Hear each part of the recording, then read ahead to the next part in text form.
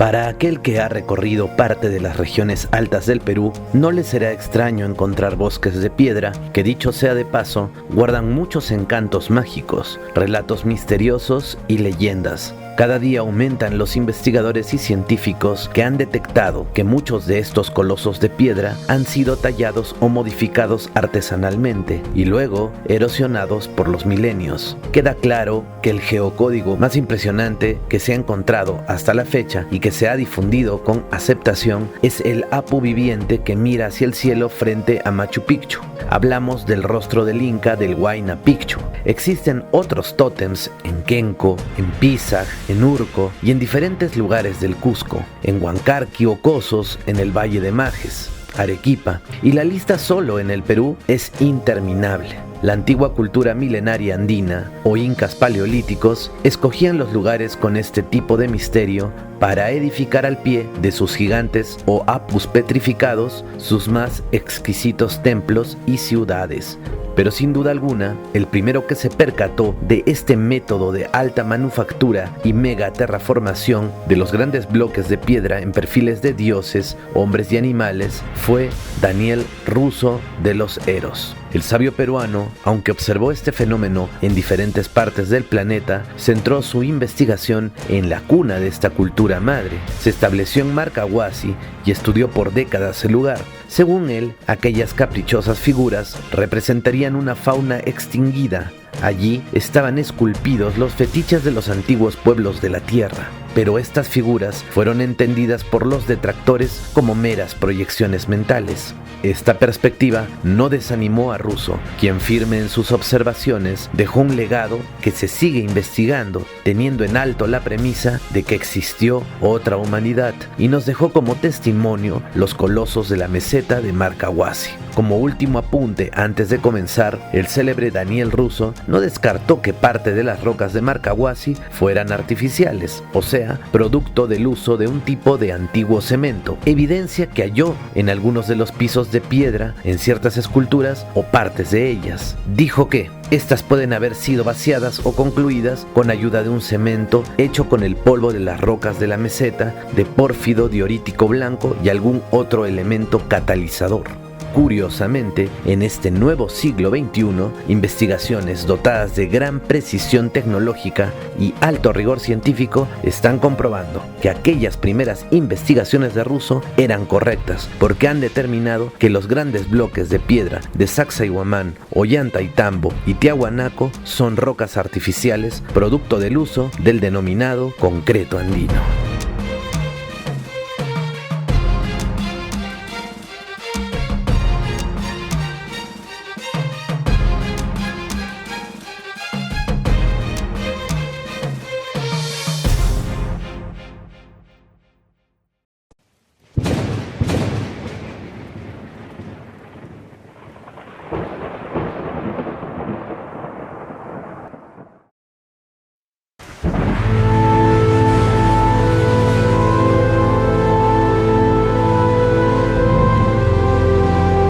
Marcahuasi es una meseta de la cordillera de los Andes, ubicada al este de Lima, sobre la cadena montañosa que se eleva hacia la margen derecha del río Rímac. Es la meseta más alta de Perú, ubicada a 4.000 metros sobre el nivel del mar. Marcahuasi pertenece al distrito de San Pedro de Casta, provincia de Huarochirí, departamento de Lima. Ocupa 3 kilómetros de diámetro aproximadamente y su formación geológica corresponde al superbatolítico circumpacífico, siendo su masa de diorita.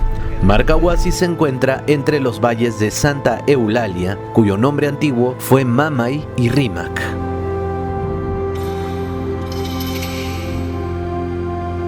Según Daniel Russo, el nombre incaico del lugar se ha perdido, quedando el nombre más moderno de Marcahuasi, que significaría casa del protector o casa en la planicie. Es también conocido como el altar de los dioses. La gente del pueblo dice que allí vivió la primera generación de hombres, conocidos como los gentiles, y que su espíritu aún vive en el lugar y lo protege.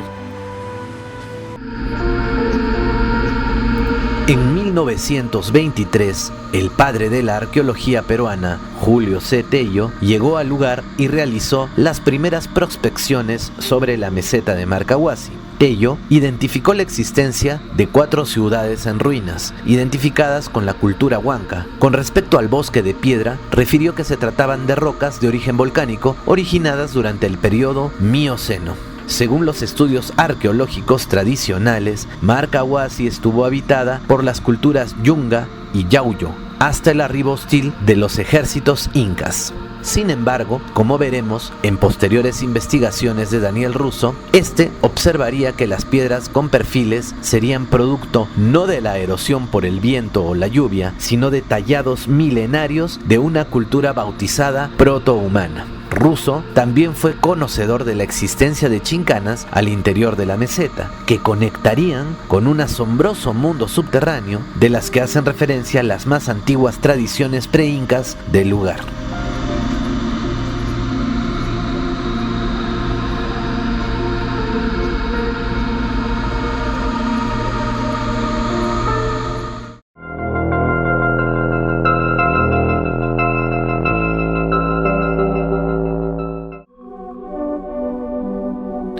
Según la investigadora Rosario Oliva Weston, la antigua tribu que habitaba el cerro sobre el que se fundó el pueblo se llama Orcohuasi. Orco significa cerro y huasi casa en quechua. Así lo dicen los pobladores más ancianos de San Pedro de Casta. Y que en la zona habitaron primero los carachatos, quienes vivían desnudos, en estado de barbarie. No conocían el fuego, por lo que su alimentación era cruda. Además, eran antropófagos, entre ellos se comían. Como eran hechiceros, en su magia aparecía que el mundo se iba a terminar. Es entonces que ocurre un eclipse de sol, y ellos creyeron que allí llegaba el fin del mundo, y se acabaron, se exterminaron. Después vino otra generación, los Waris, hombres gigantes, inteligentes. Como eran menos salvajes, fundaron varias poblaciones. Tal vez ellos tallaron las cabezas de los brujos de Marcahuasi. Y por último, los Barayok, que vivieron antes de los incas. Esas autoridades a palos hacían trabajar a la gente. Hasta hoy existen en las autoridades Vara. Alfonsina Barrio Nuevo recogió una versión que dice que los curacas vivieron en tiempo de los incas y posteriormente los redingas y barayos bajo el gobierno de los blancos. La fundación del pueblo se remonta a 1571 aproximadamente, cuando por real ordenanza del virrey Francisco de Toledo se empezó a realizar la reducción de varias antiguas poblaciones en una, a la que se denominó San Pedro de Casta.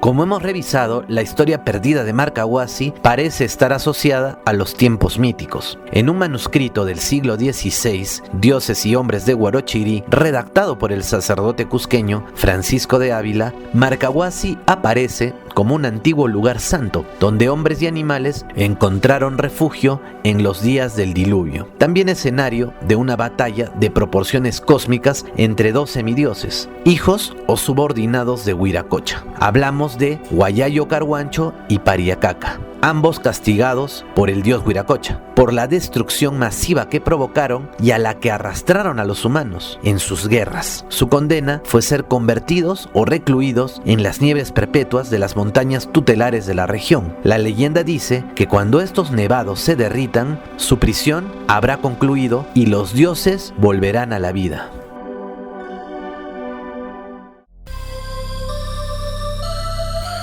Un dato interesante es que previamente al castigo, siempre según la tradición, el dios Huayayo, derrotado por los incas, fue obligado a construir Sacsayhuamán y el Coricancha. Según Daniel Russo, esta sería una referencia de la antigua raza Masma o a los poderosos huancas. Señala además que probablemente el Coricancha en realidad se llamó Huaricancha y que según sus propios estudios in situ, la única pared semicircular del Cusco es la parte externa del Coricancha, pero que en realidad integraba una estructura singular de forma de un torreón de cúspide trunca y que éste albergaba en su interior un arcaico altar o templo de tiempos antediluvianos.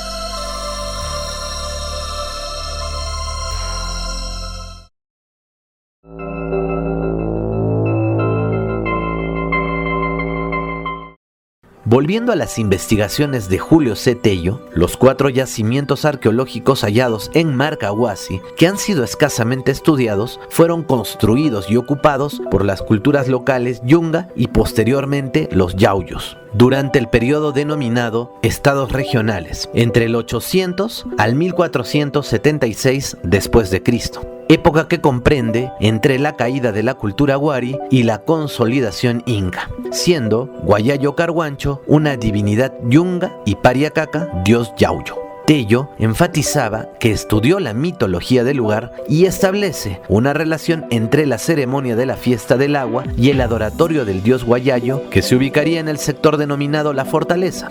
Halló también algunas puertas talladas, viviendas y chulpas. Ubicó a la población de los Xoctacuri en una fortaleza que yacía sobre una colina al este de la meseta. Era un fuerte para defender Marcahuasi, por el lado del occidente, de los posibles ataques de los hombres de la costa. Su investigación concluyó en este punto, pues descartó que el lugar se trate de un monumento. Sin embargo, los actuales pobladores de San Pedro de Casta afirmaban no conocer a Guayayo Carhuancho, pero sí hablaban de Xoctacuri, a quien le atribuyen las propiedades de semidios y a hacerse presente como relámpagos, lluvias, truenos y otras veces como humano. Decían que vivía en las alturas de la meseta y que las 4 tribus que estaban establecidas en Marcahuasi, estos son los Huacracochas, los Vizcacochas, los Chocollos y los Cutcus, se encontraban supeditadas a él. La divinidad Xoctacuri vivió en Cutcuy, en una torrecilla de Marcahuasi. Se casó en Huambo y se fue a Ayacucho, donde murió. Se le denominaba también Taitayacu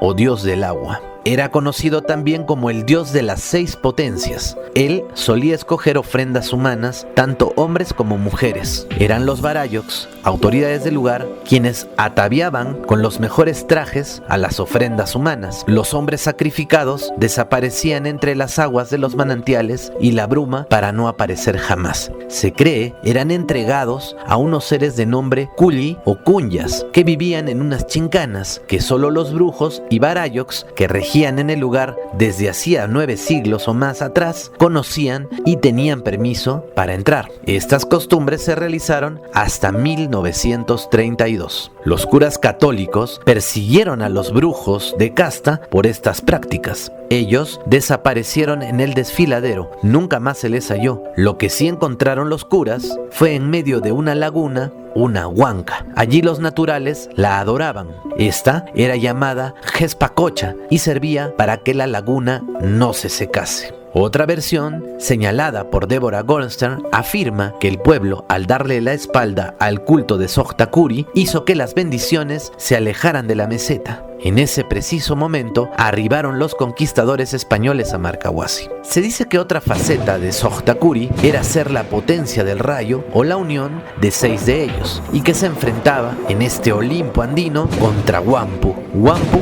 según los casteños, era otro trueno que mantenía constantes luchas con los Xoctacuri y que todavía habitaba en Chacalla, población con complejos arqueológicos a la margen derecha del río Santa Eulalia, frente a Marcahuasi. Asimismo, las poblaciones de Choacalla y Huamón adoraban una culebra que se paraba en el lugar de Guarazuayo y un cóndor en Cochoy, venerado por Santo Domingo, Bichil y Guayguachil, que era otro semidios del trueno. También vivía en este lugar una deidad que tomaba la apariencia de una enorme serpiente. Se dice que producto de estas batallas entre los dioses relámpagos y las serpientes es que quedaron petrificados los dioses, tanto como los antiguos habitantes o gentiles, además de su fauna y flora. Es por ello que se ven gigantes petrificados. Este sería el origen de tanto rostro, figuras humanas y animales plasmadas allí.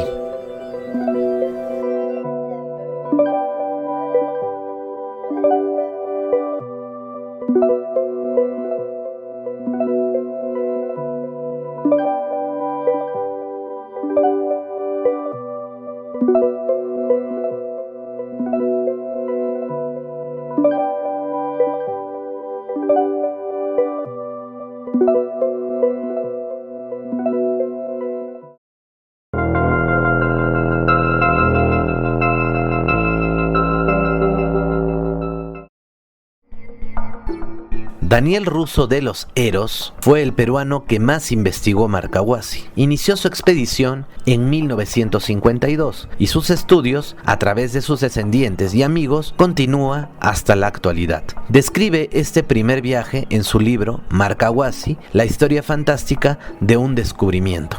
Allí relata que fue gracias a una fotografía del monumento a la humanidad o cabeza del Inca que se percata de Marcahuasi y a partir de ello empieza a viajar a la zona. Narra lo siguiente: nos encontramos frente a una roca excepcional de 25 metros de altura del lado oeste y 20 por el lado opuesto. Se trata posiblemente de un monumento a la humanidad erigido en época muy remota, ya que en ella se pueden adivinar inmediatamente cabezas humanas de diferentes razas, rocas con rasgos de blancos, indígenas y afros. Sus escultores habían trabajado sobre la roca natural en tiempos tan antiguos que su recuerdo y el nombre de su obra se han perdido.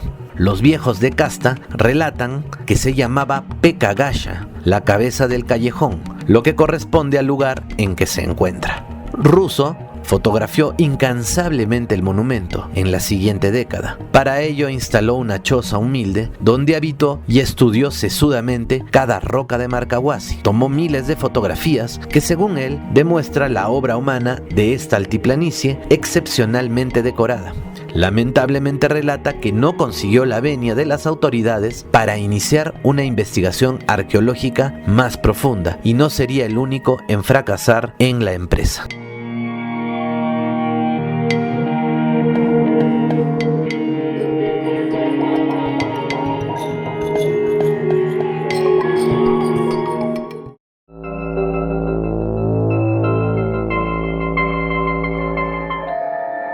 Pero hay que retroceder un poco más y no dejar de lado a una figura vital en esta historia. Daniel Russo, debido a su sabiduría, producto de estudiar y pertenecer a la masonería y a su deseo de profundizar en el sentido de los símbolos que reconocía en las montañas peruanas, se acercó a la tesis de don Pedro Astete y Concha, investigador peruano de tradiciones y leyendas. Así se inicia su amistad alrededor de 1924.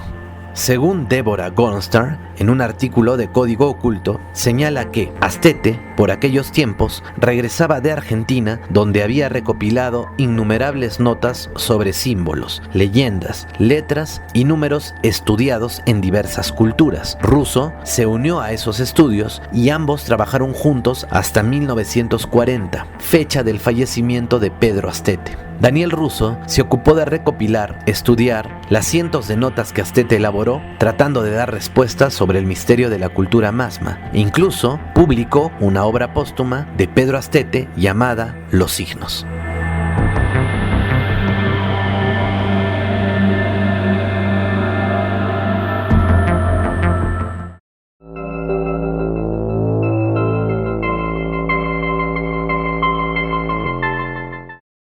Astete tuvo una revelación esotérica a través de los sueños. Tal vez fue el primero en avisorar un mundo subterráneo provisto de una biblioteca con la historia de la humanidad perdida. Biblioteca muy mentada en el misterio de la Cueva de los Tallos. Dice Astete: yo estaba en un gran salón subterráneo que parecía como si hubiera sido tallado por las manos de un coloso. Vi profundos nichos en las paredes antiguas, conteniendo rollos escritos más allá de la cuenta. Estaba solo, no había sonido. Había estado en esta cámara antes, muchas veces, pero deseaba saber el nombre de los depositarios de este legado olvidado. De repente, por primera vez, oí una voz dentro de mí decir: Masma, Masma, Masma. Que este mundo era real estaba seguro y que también poseía una clave para los misterios del mundo. Russo encontró la palabra masma en el vocabulario quechua, que significa casa con alar grande o tinaja, similar a las pacarinas, cuevas con carácter de tumba. Además, halló la palabra masma como el nombre de un caserío o ruina cerca de Jauja. Y fue mientras hojeaba la Biblia que la palabra masma saltó a la vista nuevamente. Masma era el quinto hijo de Ismael. Daniel Russo pensaba que en el análisis de aquel sueño de Astete se avisoraba la existencia de una globalización anterior uniendo África y América, la famosa ruta del oro u Ofir, aunque también contempló la posibilidad de que se tratara del continente Atlante. Agrega además: hemos llegado a aceptar que los primeros incas a los que se refiere Garcilaso eran fenicios y que los antiguos reyes de Montesinos eran huancas. Creemos que toda la toponimia del Perú es quechua y por lo tanto huanca. La investigación de Daniel Russo alcanzó eco mundial gracias a que es mencionada en el libro La rebelión de los brujos de Jacques Bergier y Lois Powers. Es donde por primera vez dan a conocer este fascinante misterio andino al mundo.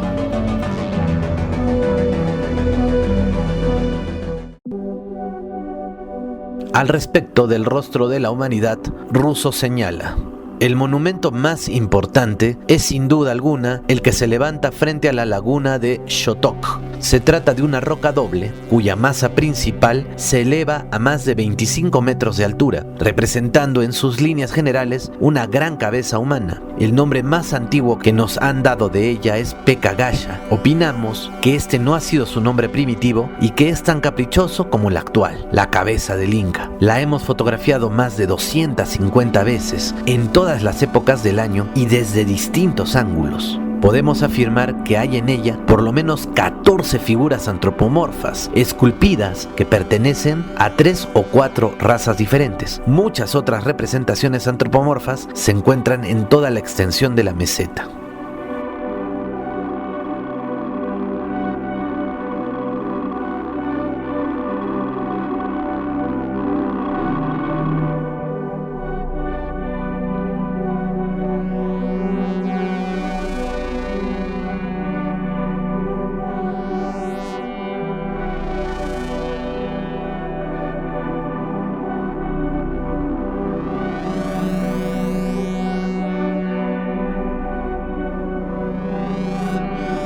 Daniel Russo mostró en fotografías ciertos petroglifos que denominó pantaclos. Estos se hallan en el rostro de la humanidad. Dice: este grabado está sobre el cuello de la Pecagalla, del lado del oeste. Está constituido por 8 secciones dentro de un tablero cuadriculado. El símbolo del cuadriculado representa el espacio en 2 dimensiones. Parece haber sido hecho perforando la roca para obtener pequeños hoyos cuya sombra en determinadas ocasiones traza la figura que vemos. Aunque los elementos han erosionado la piedra, la figura ha sobrevivido. No hemos encontrado cosa parecida en la meseta. Este peculiar tablero podemos verlo también en Aramumuru,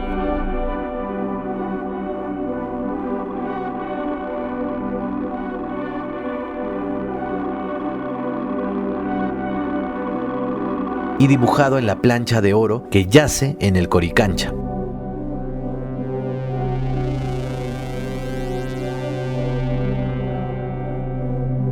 El monumento a la humanidad está decorado además por otro trazo. Ambos símbolos sintetizan 2 caminos del conocimiento humano, expresando cada uno un enorme conjunto de ideas.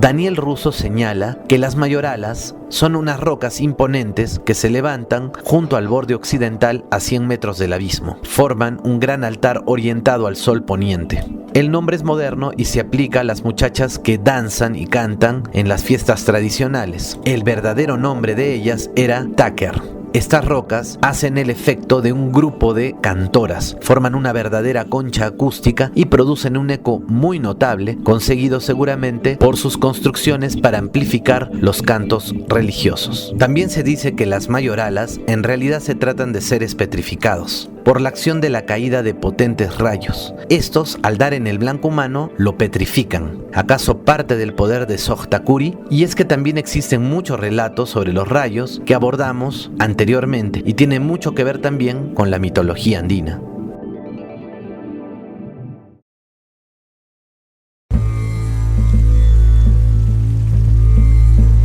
Russo dice que sin posibilidad de duda, en Marcahuasi se halla la diosa egipcia Tueris. Se trata de un hipopótamo hembra erecto sobre las patas traseras, lleva un birrete redondo sobre la cabeza y sus brazos humanos sostienen el signo de la vida. Está preñada y representa la fuerza divina de la fecundidad. Lo curioso es que en Perú no hay huellas de hipopótamos y esta fue esculpida más de 30 siglos antes de los primeros faraones.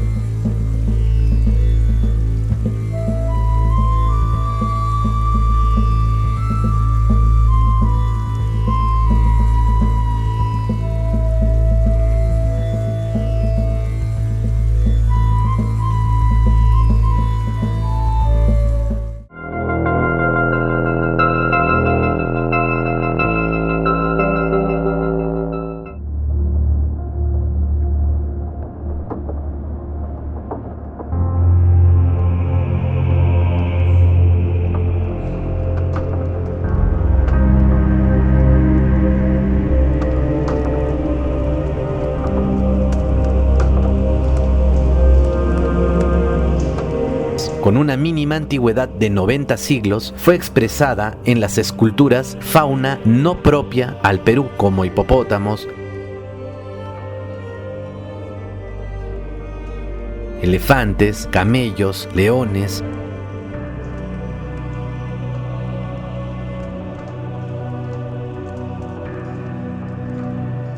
etc. Pero es la Amphichelidia la más desconcertante. Se trata de un animal que solo se conoce por fósiles de pequeño tamaño y son 500.000 años anteriores a la aparición del hombre. El cambio de la fauna puede atribuirse al diluvio, solamente un diluvio, o mejor dicho, un cataclismo espantoso de las aguas del planeta pudo hacer desaparecer toda la obra humana de la cultura que floreció durante siglos en Marcahuasi, dejando la piedra como único testimonio.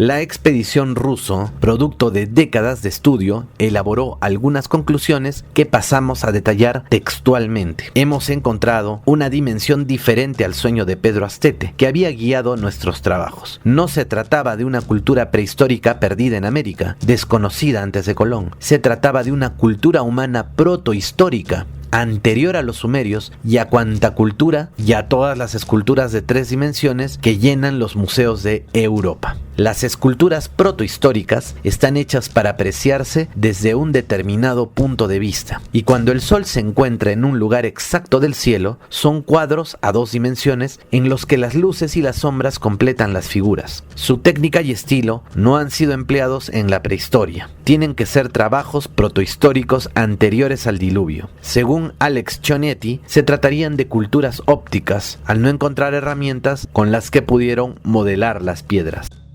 Daniel Russo, antes de morir, me dijo: usted tiene que continuar mi trabajo porque no tengo nadie que continúe. Y Russo había dedicado unos 40 años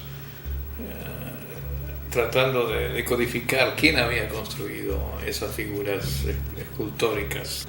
Russo pasó toda su vida tratando de encontrar la clave, que podía ser química, que podía ser geológica. Contrataba químicos y geólogos para ver cómo se había modificado, ya que no encontramos utensilios, no encontramos artefactos junto a las esculturas, ¿no? O sea, trabajamos con ideas de que tal vez se utilizaban una especie de iluminación a través del sol y metales, ¿no? sabiendo que los incas utilizaban el oro, los pre-incas utilizaban oro y metales, y tal vez una sustancia que se dio en los Andes y que todas las leyendas hablan, pero no, muchos años hemos estado buscando de este líquido de que es extractado a través de una hierba que crece sobre todo en el Valle Sagrado y también en la zona de la Apurímac, que también había un pajarito especialmente que la podía disolver, y eso fue observado de que por amautas y por sabios incas y pre-incas, de que este líquido podía disolver las rocas, y es verdad, o sea, empapando las rocas en cueros y en tejidos, combinando química con efectos solares, con el poder de la luz del sol, podía producir esta focalización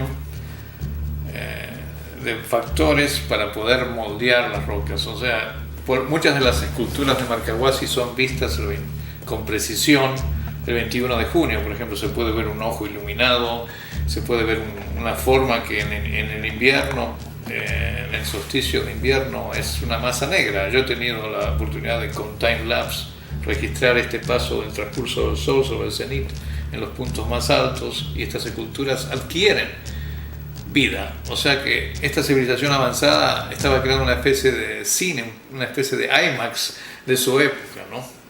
Las rocas pueden presentar un tallado mínimo en el que se les agregó un pequeño rasgo. Existen peñas donde se pueden ver hasta 3 tallados diferentes. Algunas pueden ser captadas en fotografías, mientras que otras están diseñadas para ser observadas solamente in situ y con un ojo aclimatado a las luces y sombras, tanto del amanecer, mediodía y atardecer, con sus respectivos juegos de sombra y de los mejores ángulos, así como los provocados por los solsticios y momentos especiales del año. Hay figuras que se alinean con otras tantas y con el entorno. Aunque las culturas que se asentaron allí eran militares, pues las defensas estaban hechas en diferentes niveles y existían bajadas y galerías subterráneas para comunicarlas, para que los defensores pudieran llegar allí sin ser ofendidos, a los lugares en que era más necesaria su presencia, se pueden también apreciar los cientos de años de su cultura y diferentes momentos de expresión de su sentimiento artístico y religioso. Russo y su equipo, en investigaciones realizadas en Egipto, encontró también muros y formas talladas aún no inventariadas por la arqueología oficial y que probarían la existencia de una civilización anterior a ella, probablemente de una primera dinastía que sufrió las convulsiones del diluvio y quedó como testigo de un pueblo atlante del que descubrieron también rastros en México, en Machu Picchu, Perú, en Brasil y en diferentes partes de Europa. Hoy, a la luz de los hechos, rezagos de una cultura global prediluviana.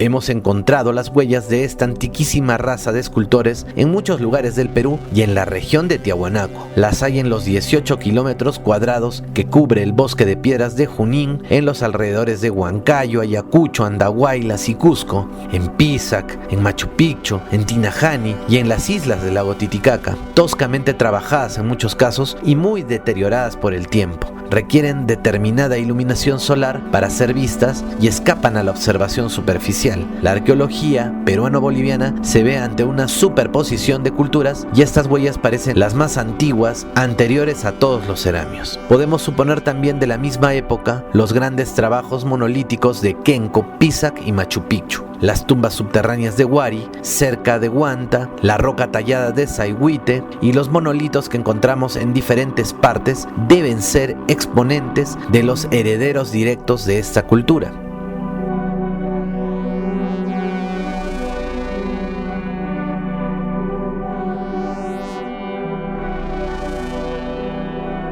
Russo propone que la cultura Masma dataría del periodo en que el sistema solar cambió de sector de Cáncer a Géminis, hace más de 8000 años. Los hombres de la humanidad de los patriarcas vivieron alrededor de las cavernas y decoraron las cumbres de las montañas sagradas que las cubrían, con formas piramidales. Las rodeó con bosques sagrados de árboles tánicos y creó leyendas, mitos y personajes fabulosos para que nos guiaran hasta ellas. Esculpió in situ, en la roca natural, cientos de figuras representando esos mitos y esos personajes. Hizo todo lo posible para hacernos recordar el implacable destino que condena a muerte a cada humanidad. Salvó en esas cavernas a los grupos humanos que hicieron posible el nacimiento de nuestra civilización. Y reunió las semillas, animales domésticos y conocimientos básicos que mejoraron y abreviaron el arduo camino que esos grupos y sus descendientes tuvieron que seguir para que nosotros existiéramos hoy. Esta nueva humanidad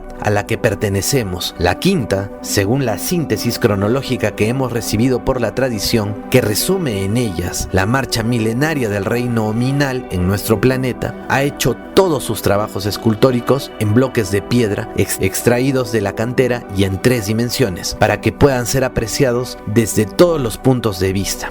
La morada de los hombres es siempre transitoria. Su propia vida es un tránsito. No queda vestigio de su paso después de algunos milenios. El olvido, una vez más, es tragedia. Este es el proceso psicológico de la humanidad entre una y otra catástrofe. Hoy los seres humanos han olvidado el pasado. Nos vemos forzados a convertirnos en heraldos de la muerte para despertar de su sueño a los durmientes. Tenemos que hablar el idioma de los fantasmas para ser escuchados, en el mejor de los casos, con una sonrisa condescendiente.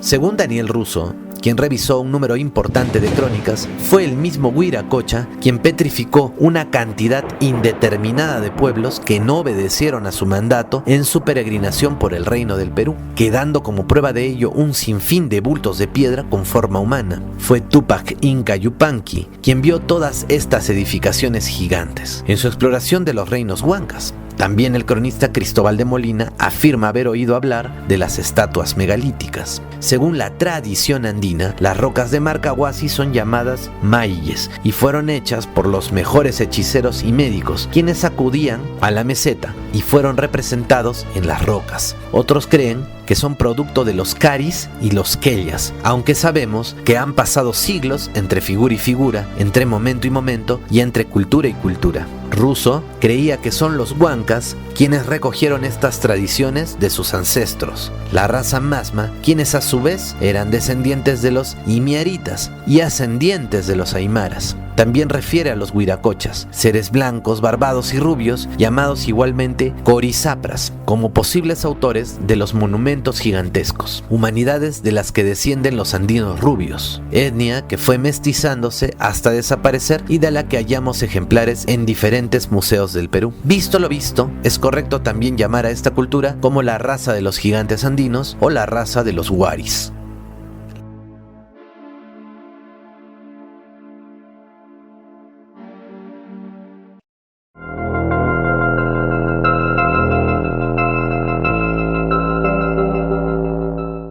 En una reciente entrevista para el diario El Comercio, Luis Octavio Russo, hijo de Daniel Russo, declaró que viene trabajando en un proyecto junto a la Universidad de Boston. Dice haber trazado coordenadas y haber encontrado una gran cantidad de líneas rectas entre los monumentos y 4 o 5 piezas de piedra que cumplían la función de marcadores. La investigación revela que ciertas piedras y monumentos de Marcahuasi estaban alineados y apuntaban a eventos importantes del horizonte vinculados con la posición del Sol en los equinoccios, solsticios y el paso cenital, así como otros sucesos vinculados con la constelación de las Pléyades. Los datos recogidos han sido analizados con el programa Monte Carlo, un algoritmo computacional que establece un nivel de confianza de 97%. Esto ha dado como conclusión para los expertos que Marcahuasi fue un antiguo observatorio astronómico. Dice Javier Russo que, entre el monumento de escaleras rectangulares y la Peca Gasha, la estructura principal de Marcahuasi, existen 3 marcadores en línea, los cuales pueden moverse de alguna manera. Entonces afirma haber descubierto que apuntaban a la salida y puesta del sol. Viendo el diseño de los marcadores y las estructuras monolíticas, se pudo establecer que representaban algo de arriba, eran como un reflejo del cielo en el piso y correspondían geométricamente a las estrellas más brillantes de la constelación de las Pléyades. Reveló que todo esto no puede ser coincidencia y los investigadores creen que Marcahuasi puede haber sido un observatorio astronómico antiguo, un sitio natural manipulado por el ser humano para ver el curso de los astros como sucede en otros lugares del Perú prehispánico.